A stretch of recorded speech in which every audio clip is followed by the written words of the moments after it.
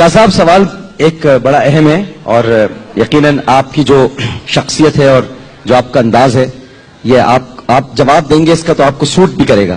تو سوال یہ کیا گیا ہے کہ مولا علی کو جو مولا کہتے ہیں انہوں نے پوچھا یہ کہ یہ ہم یعنی سنی حضرات وہ بھی مولا کہتے ہیں اور اہل تشیع بھی مولا کہتے ہیں, تو مولا کیوں کہتے ہیں حضرت علی کو؟ یہ تو ہم نے صرف سنا ہے کہ شیعہ کہتے ہیں, تو سنی کیوں کہتے ہیں مولا؟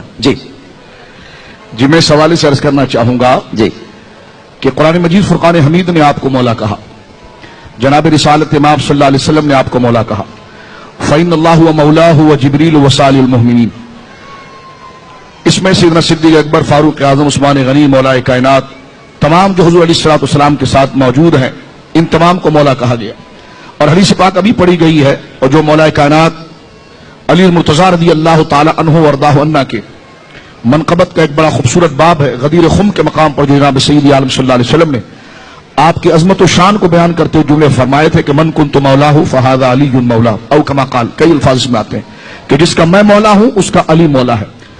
تو یہ کسی مسلک کے ساتھ خاص نہیں ہے اور یہ وہ مسلمات ہے جس میں کسی کا اختلاف نہیں ہے. اور میں یہاں پر یہ کہنا چاہتا ہوں کہ مستدرک کے اندر ایک روایت موجود ہے, حضرت ابو ایوب انصاری رضی اللہ تعالی عنہ وارضاہ عنہ چند لوگوں کے ساتھ مولا کائنات سے بصرہ میں ملاقات کرنے کے لیے پہنچے تھے. اس وقت حضرت مولا کائنات رضی اللہ تعالی عنہ اپنے حجرے کے اندر یعنی خیمے کے اندر جلوگر تھے, تو انہوں نے باہر سے آواز دی, یا مولائی یا مولائی یا مولائی. تو حضرت مولا مرتضیٰ نے فرمایا جا کر دیکھو یہ کون ہے. تو جا کر دیکھا گیا تو وہ حضرت ابو انصاری اور ان کے ساتھ وہ پورا دستہ موجود تھا. تو صحابہ اکرام رضوان اللہ اجمعین کی زبان پر حضرت علی رضی اللہ تعالیٰ عنہ کے لیے جملہ ہے, یہ مسلمات میں سے ہے, یہ ان کامل مشترکات میں سے ہے کہ جس میں کوئی اختلاف نہیں. لیکن ذہن اس تبادل ذہنی یعنی ذہن میں شک آتا ہے کہ نہیں مولا تو اللہ ہے تو پھر غیر کو کیسا مولا کہتے ہیں؟ میں نے کہا صرف مولا اللہ نہیں, مولانا بھی اللہ ہے. واہ واہ واہ واہ واہ واہ واہ واہ واہ واہ بھائی واہ واہ واہ. مولانا بھی اللہ ہے. سورہ بقرہ کی جب ختم ہوتی ہے تو آپ کیا پڑھتے ہیں؟ واعف عنا واغفر لنا وارحمنا انت مولانا. کسی داڑھی والے شخص کسی عالم دین کو کسی مفکر کو خطاب کرتے ہیں, اللہ کو کہتے ہیں انت مولانا. انت کا مشار الیہ کون ہے؟ انت اس میں اشارہ, اس کا مشار الیہ کون؟ انت مولانا, وہ اللہ کی ذات ہے. تو آپ اللہ کو قرآن میں مولانا کہتے ہیں اور نماز سے فارغ ہو کر کہتے ہیں کسی داڑھی والے شخص کو, محترم کو, معظم دینی کو مولانا. تو جس طرح لفظ کے اشتراک سے وہاں شرک نہیں ہوتا, جو تعویل وہاں پر گوارا ہے وہی تعویل یہاں پر گوارا ہے, بلکہ ہر عالم مولا کائنات کی نسبت سے مولا بنتا ہے. واہ واہ واہ واہ ان کی نسبت سے اسے یہ فیض نصیب ہوتا ہے, کیونکہ کمال کا منتہا آپ کی ذات مبارکہ ہے. اور یہ اللہ رب العالمین جل وعلا نے آپ کو مرتبہ اور مقام عطا فرمایا, اور یہ تسلسل کے ساتھ. اور میں یہاں پر کہنا چاہتا ہوں کہ مولا کے مولا پہ اعتراض کیوں؟ حضرت سیدنا صدیق اکبر رضی اللہ تعالیٰ کی ذات گرامی دیکھیں تو صدیق اکبر سب سے زیادہ سچ بولنے والا کون ہے؟ اللہ ہے نا جی جی. فاروق اعظم سب سے بڑا حق اور باطل میں فرق کرنے والا کون؟ اللہ. غنی کون؟ اللہ. تو جب حضرت ابو بکر صدیق کو صدیق اکبر کہیں, حضرت ابو بکر کو صدیق اکبر کہیں, حضرت عمر کو فاروق اعظم کہیں, حضرت عثمان کو غنی کہیں, تو شرک کا شائبہ نہیں آتا. یہ مولا کا بغض کیوں ہے پھر؟ آئے ہائے ہائے ہائے آئے ہائے ہائے, یہ پریشانی کیوں ہے؟ اور میں حضرت ابو سعید خدری کی ایک روایت پڑھنا چاہتا ہوں. حضرت ابو سعید خدری وہ عظیم ہستی ہے, آج بھی بقی کے اندر آپ دیکھیں تو ہمارے ماں باپ کی عزت قربان ہو, سیدنا مولا کائنات کی والدہ ماجدہ اللہ سعیدہ طاہرہ عابدہ زاہدہ فاطمہ بنت اسد رضی اللہ تعالی عنہا کی قبر مبارک ہے, ان کے ساتھ ایک ہی قبر ہے. یعنی قبر کا نقشہ اگر آپ دیکھیں گے تو بلا تشبیہ یعنی سیدہ آرام فرما رہی ہیں, جہاں ان کی پینتی ہیں وہاں پر حضرت ابو سعید خدری کا سر ہے.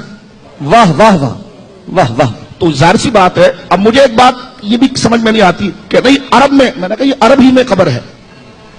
میں تو حیران ہوں کہ آپ عشق حقیقی بات کرتے ہیں, عشق مجازی بھی عرب سے آیا تھا. لیلا مجنو کون؟ اللہ اللہ اللہ. عرب کہاں خشک ہوتے ہیں؟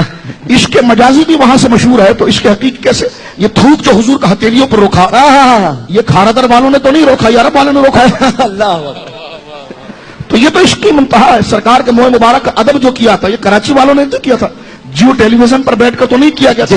سرکار کے پسینے کا ادب عرب والوں نے کیا تھا. تو عرب ابو بکر صدیق ہے, عرب فاروق, سبحان اللہ, عرب عثمان غنی ہے, عرب مولا مرتضیٰ ہے, اور وہاں عشق ہمیں نظر آتا ہے. تو لہٰذا جس طرح تعویل وہاں پر ان خلفاء راشدین کے لیے کی جاتی ہے، وہی تعویل، وہی مجاز کا قاعدہ، وہی عطا کا قاعدہ یہاں پر حضرت مولا کائنات رضی اللہ تعالیٰ کہا جاتا ہے. یہ بہت بڑی سعادت ہے.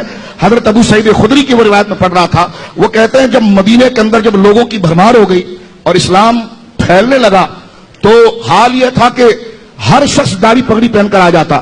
تو ہم کہتے کہ جی منافق اور مومن کو کیسے پہچانے، بس ہم ذکر علی شروع کر دیتے. جامع ترمذی موجود ہے. جس کا چہرہ کھل جاتا اللہ تو مومن ہے، اور جو پھٹکار کا شکار ہو جاتا تو واہ واہ واہ واہ واہ واہ واہ واہ واہ. بہت خوبصورت گفتگو، اور میں نے جیسا کہ کہا تھا کہ یہ جواب سوٹ کرتا ہے. میں صرف ایک بات عرض کروں کہ حضرت ابو بکر کو صدیق اکبر کہتے ہوئے یہ وسوسہ کیوں نہیں آتا؟ صدیق اکبر کہتے ہیں. جی ہاں. حضرت عمر کو فاروق اعظم کہتے ہوئے وسوسہ کیوں نہیں آتا؟ حضرت عثمان کو غنی جو خدا کی صفت ہے وہ کہتے ہوئے وسوسہ کیوں نہیں آتا؟ مولا کے لیے کیوں آتا ہے؟ تو لہذا صحابہ کی وجہ سے آتا ہے. جی ہاں. تو لہذا ایمان کا تقاضا یہ ہے کہ ہمیں عصبیت کو چھوڑ کر اس طرف آنا چاہیے، اور جن سے رسول اللہ راضی ہیں، جن سے خدا راضی ہیں، ان سے کشادہ قلبی کے ساتھ ان کے مناقب کو پڑھنا چاہیے.